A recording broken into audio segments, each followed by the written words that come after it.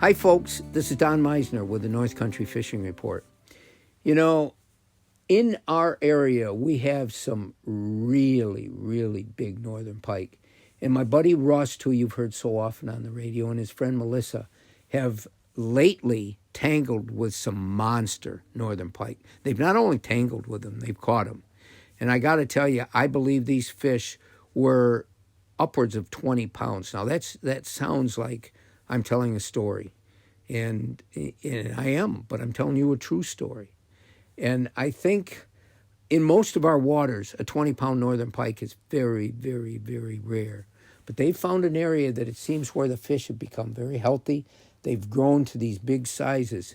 And I want you to realize that a northern pike, once it gets to that size, is no longer quite like what we consider a northern pike. And it is very much the same as a muskie. It develops the same habits that a muskie has.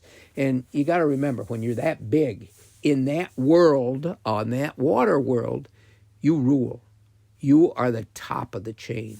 And as you come to know that you rule, you might develop these different habits. Also, your whole system changes as you get that big.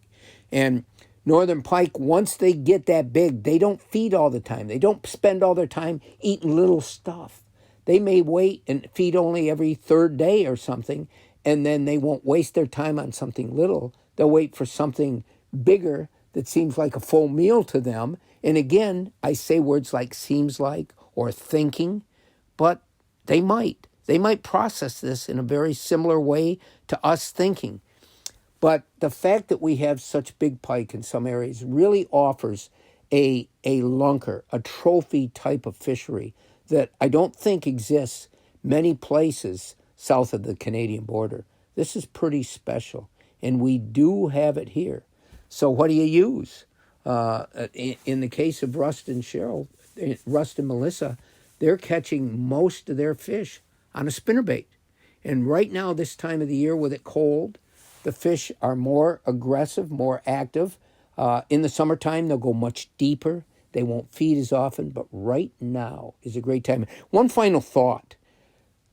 This time of the year is not only a great time for us, but it actually, in a very crazy way of looking at it, is a great time for the fish because they can respond and heal and sort of take in the shock better than they can when the temperature raises.